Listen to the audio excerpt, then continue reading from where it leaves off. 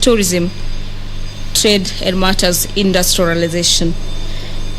A couple of bills have also been lined up before the Committee of the Whole, and the Cooperative Societies Bill, the Mental Health Amendment Bill, a bill by Senator Sylvia Kasanga, as well as the Wildlife Conservation and Management Bill, and the Community Health Services Bill are some of the bills that the Committee of the Whole will be considering this afternoon session. This broadcast is also available on our YouTube channels. You can watch it courtesy of the Senate of Kenya, as well as on the Parliamentary Broadcasting Unit channel, as well as on KBC Channel 1.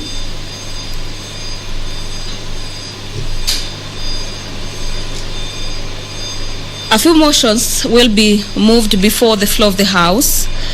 The first motion is on the adoption of the report of the Standing Committee on Matters Devolution, as well as Intergovernmental Relations.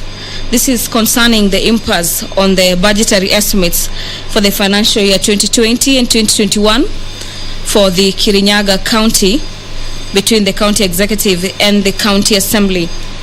The Chairperson Standing Committee on Roads and Transportation will also be moving a motion that the Senate adopts the report on the Standing Committee. This is on matters roads and transportation, on the inquiry into the operationalization of the National Construction Authority. That particular report was laid on the table of the House on September 24th last year. The parking charges in public institutions offering essential services is also a motion for debate before the House by Senator for Wajir County, Senator Abdullahi Ali.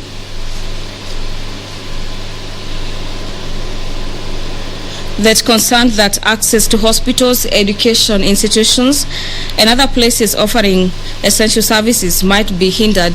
This is due to exorbitant parking fees levied on motorists of these services. The Senate will be urging the Cabinet Secretary for Matters Lands, Housing, and as well as Physical Planning, together with the county governors, to come up with a policy. This is a framework that will create an enabling environment for the protection of motorists accessing essential services from paying exorbitant parking fees.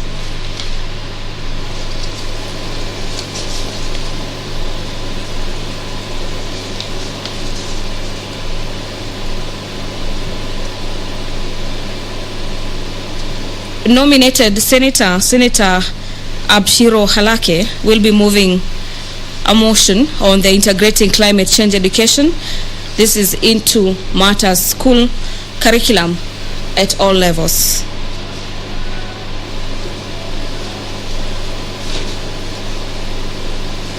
Senator for Nandi County, pursuant to Standing Orders 48 subsection 1, will be seeking a statement on the health concerning the approval process on matters importation procedure for COVID-19 vaccines into the country.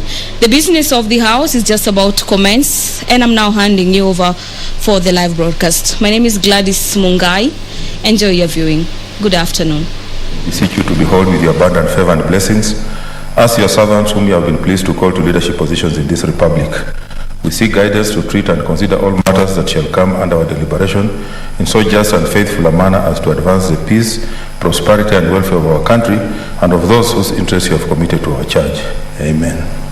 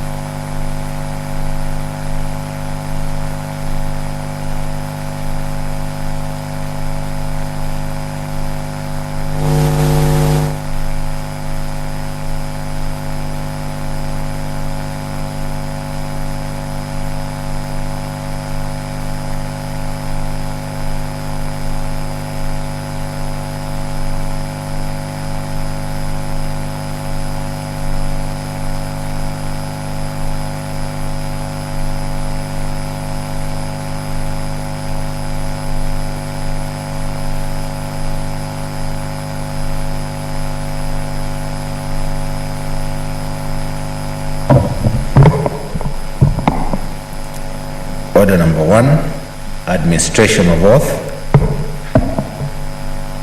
Order number 2, communication from the chair. Order number 3, messages. Order number 4, petitions.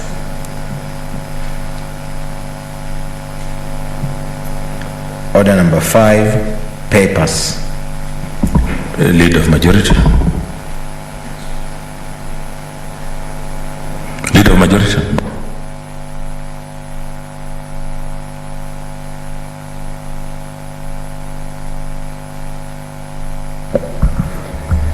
Thank you, Mr. Speaker. Mr. Speaker, sir, I beg to lay the following papers on the table of the Senate today, 28 July 2021. Number 1, report of the Auditor General for the county governments of financial year 2018-2019, volume 1. Number 2, report of the Auditor General for the county assemblies for the financial year 2018-2019, volume 2. And finally, annual report of the Ethics Anti-Corruption Commission for the financial year 2019-2020. I thank you. Thank you.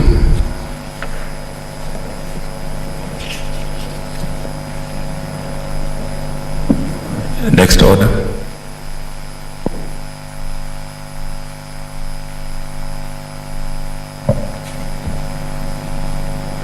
Order number 6, notices of motion.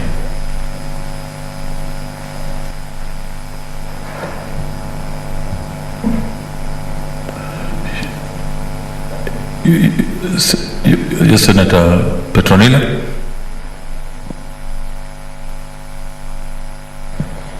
Mr. Speaker, she had requested that I read it for her.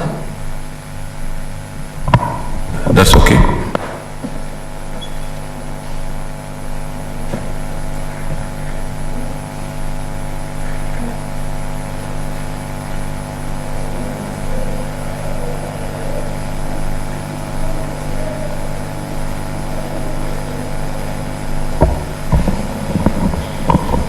Thank you, Mr. Speaker. I beg to give notice of motion integrating climate education into the school curriculum at all levels. This is by Senator Halake Abshiro, for whom I'm doing on behalf. That aware that it is important that both the current and future generations are better equipped to address the problem of climate change, and this can be accomplished by using appropriate instructional strategies such as integrating climate education into the syllabus to assist students in improving their understanding of climate change and acquiring the essential skills to reduce the effects, acknowledging that education is crucial to promote climate action as it helps individuals understand and address the impacts of the climate crisis, empowering them with the knowledge, skills, values, and attitudes needed to act as agents of change, hence protect the environment and take action by crafting community-level solutions. Cognizant of the fact that the Constitution of Kenya in Article 42 provides for the right to a clean and healthy environment for every Kenyan, which includes the right to have the environment protected for the benefit of present and future generations. Further noting that climate change is a global nightmare with consequences that are already quite visible and should be a priority for our education curriculum in accordance to Article 12 of the Paris Agreement, which espouses the enhancement of climate change education, training, public awareness, public participation, and public access to information. Now, therefore, the Senate calls upon the Council of Governors, in partnership with the Ministry of Education, Science and Technology, to 1. Integrate climate education in the school curriculum in all counties to equip all school-going children, and 2. Equip teachers and administrators with the necessary information and training skills to teach climate education in schools. Thank you, Mr. Speaker. Okay, next order. Order number 7, statements.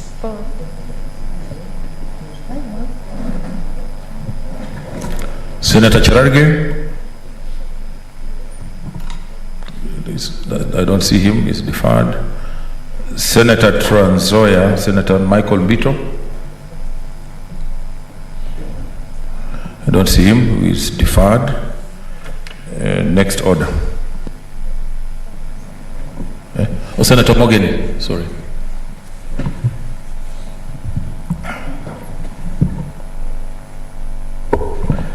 Thank you, Mr. Speaker, sir.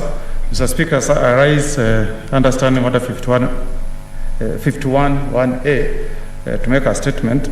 Mr. Speaker, as you may recall, this House on 20th of June 2019 passed a motion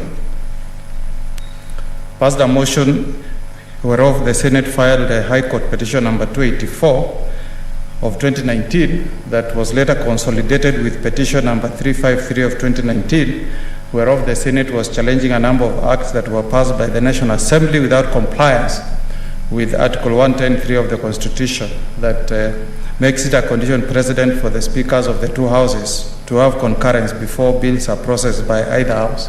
Mr. Speaker, you'll recall that on the 29th of October 2020, a favorable judgment was issued by the High Court, whereof 29 acts of Parliament were declared null and void for non-compliance with that provision of the Constitution.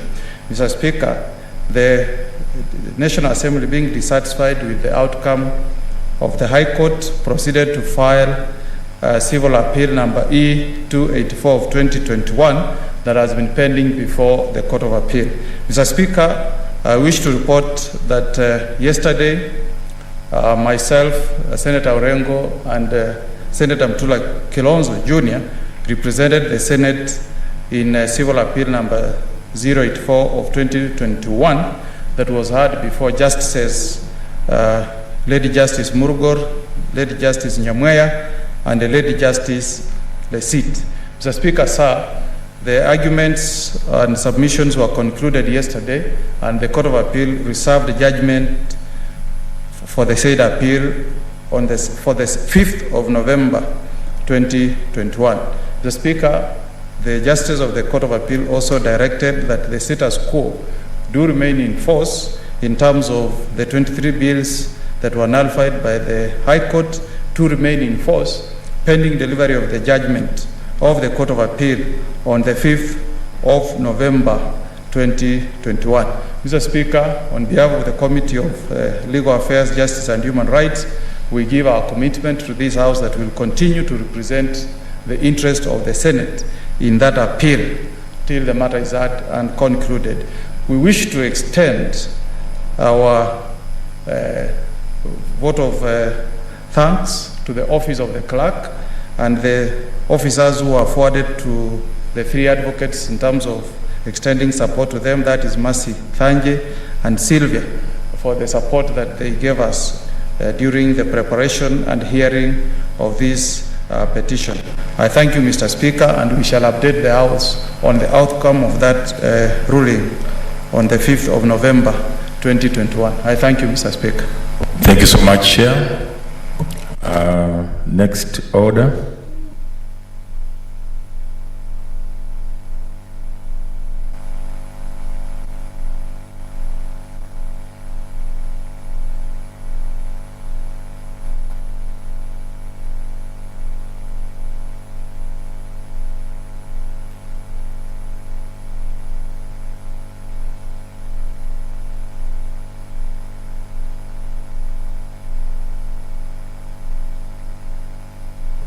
Honorable Senators, I wish to rearrange the order paper.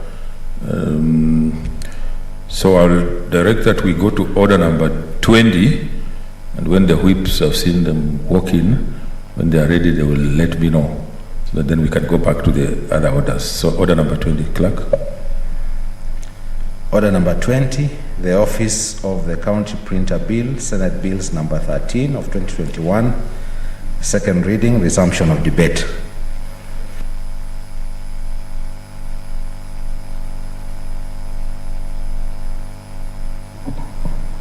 Senator Lokorio.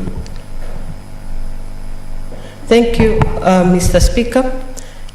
I rise to to move the Office of the County Printer Bill, Senate Bill number 13 of 2021. Mr. Speaker, as I had expressed earlier, this bill had been brought to this House by myself in 2018 in this Parliament, but it had also been conversed here in the previous Parliament, noting therefore the importance of the bill to devolution and the challenges that the practitioners of devolution are going through in trying to publish their write-ups.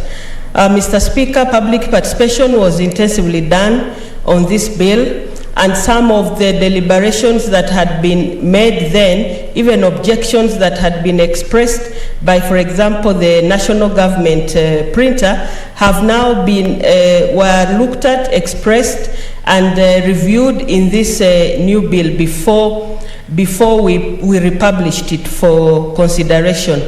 Mr. Speaker, some of the concerns of the national printer, for example, had been that there will be a lot of duplication of work, and now we have said in this bill, in section 6, that there will be coordination and liaison with the Office of the Government Printer to avoid duplication. They will also be reporting to the National Council for Law Reporting. These are issues that had not been there previously in the bill that we published earlier on, but that now have been included. I want to thank Senator Mogeni, who already just this afternoon gave his statement on the court process where Senate is embroiled with the National Assembly, unfortunately, on these issues of bills. So I want to thank also our lawyers who are engaged in court trying to protect the Senate and therefore protect devolution.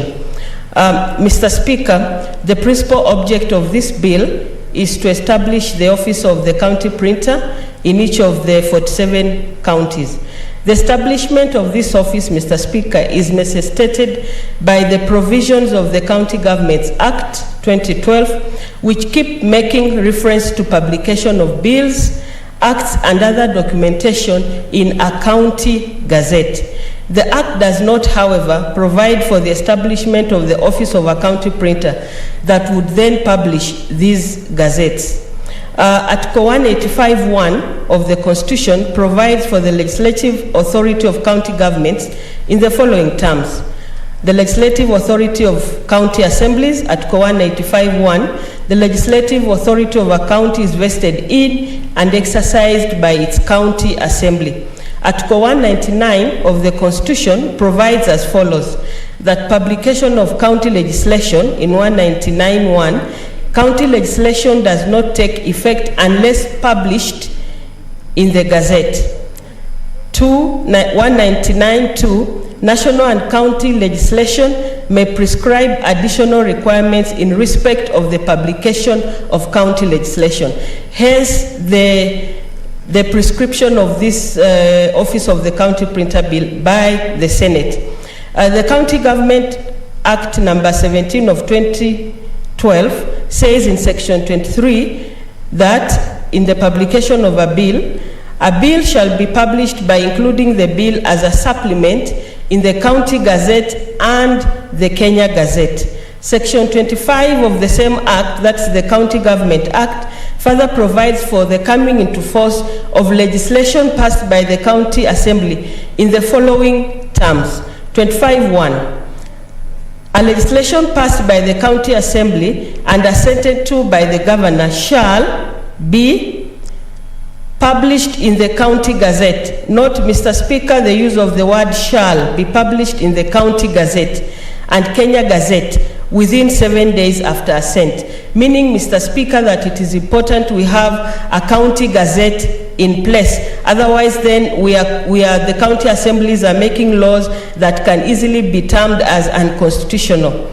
Subject to subsection 3, that is the County Governments Act 25(2), subject to subsection 3, the County Assembly legislation shall come into force on the 14th day after its publication in the County Gazette and Kenya Gazette, whichever comes earlier, unless the legislation stipulates a different date on or time at which it shall come into force. Mr. Speaker, you can as well see that Article 25(2) mandates the county assembly legislation to have their laws, if passed, to be published in the county gazette. Again, the word shall is used. Section 32 and 1 of the same County Government Acts provides that, subject to the Constitution, the governor shall sign and cause to be